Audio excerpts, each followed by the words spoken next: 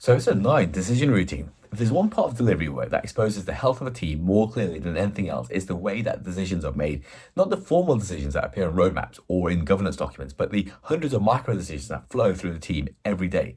Decisions about scope, about complexity, about feasibility, about sequencing, about ownership, about who should take on what work, about how much risk is acceptable, about what good enough looks like in this moment. These decisions form the lifeblood of delivery, and the way they move tell you how strong or weak the mesh truly is beneath them. Some teams make decisions lightly, as if they trust one another to respond well, even when the path is uncertain. Other teams treat decisions like small political events, delicate, high stakes, emotionally charged, where no one wants to speak too boldly or commit too firmly. And then there's some teams who make decisions so slowly that by the time they move, that decision has lost its relevance. Decision routing is the pattern by which decisions enter a team, travel through it, encounter resistance, and either dissolve into paralysis or emerge with clarity. Understanding this pattern is one of the most powerful things a leader can learn, because decisions don't actually fail the moment they're made, they fail at the moment they get stuck. And you can often feel a stuck decision long before you can articulate why it's stuck. It begins with a subtle hesitation. Someone starts a sentence and they soften it with a disclaimer. Someone raises a concern but immediately downplays it. Someone offers a suggestion with the tone of someone who isn't sure whether they're allowed to have a strong opinion or not. The team hears the uncertainty and mirrors it, and soon the decisions begin to drift sideways rather than forward. What is happening at these moments is that the decision has entered part of the mesh where one of the rings is weak. A team with weak earth, for example, avoids deciding because they don't trust their foundations. A team with weak water postpones their decision in the hope that more clarity will arrive. But clarity will never come because decisions produce clarity, not the other way around. A team with weak fire hesitates out of fear, waiting for someone else to take ownership. A team with weak wind fails to recognize the emotional undercurrents shaping the conversation. And a team with a weak void cannot step back far enough to see the problem with fresh eyes. And one of the biggest misunderstandings about decision making is the belief that decisions happen at a single moment in time, that they're discrete events. But if you observe real teams, you'll see that decisions are not events at all.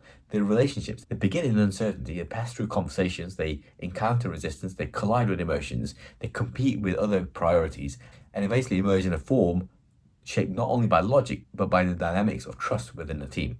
That's why a decision looks simple on paper, but can become impossibly difficult in a room where people are afraid to disagree. It's why decisions that should be straightforward become tangled when the wind is weak and the emotional truth of the team goes unspoken. So decisions do not fail because they're complicated. They fail because the environment through which they travel is unprepared for them.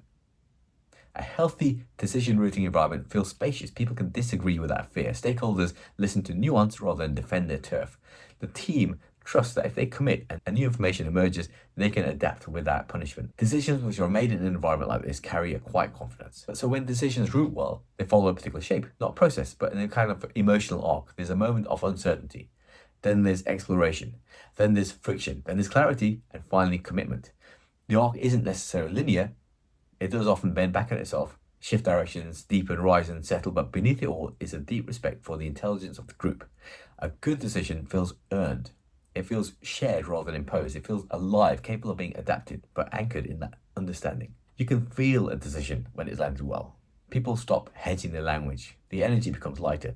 Work regains a sort of flow, and even if challenges appear, the decision feels strong enough to carry the weight. Now that we've explored how decisions move through a team, we arrived at the final part of the series, the part with potentially the most practical, the leader as a mirror, because all the rings, all the mesh dynamics, all the pathologies, all the decision routing ultimately gather around one single truth. The teams reflect the emotional states of their leaders. So the next episode is about presence, internal clarity, and how leaders shape delivery, not via control, but via the steadiness of who they are. Thanks for listening. Hit like, hit subscribe, and see you next time for the final episode.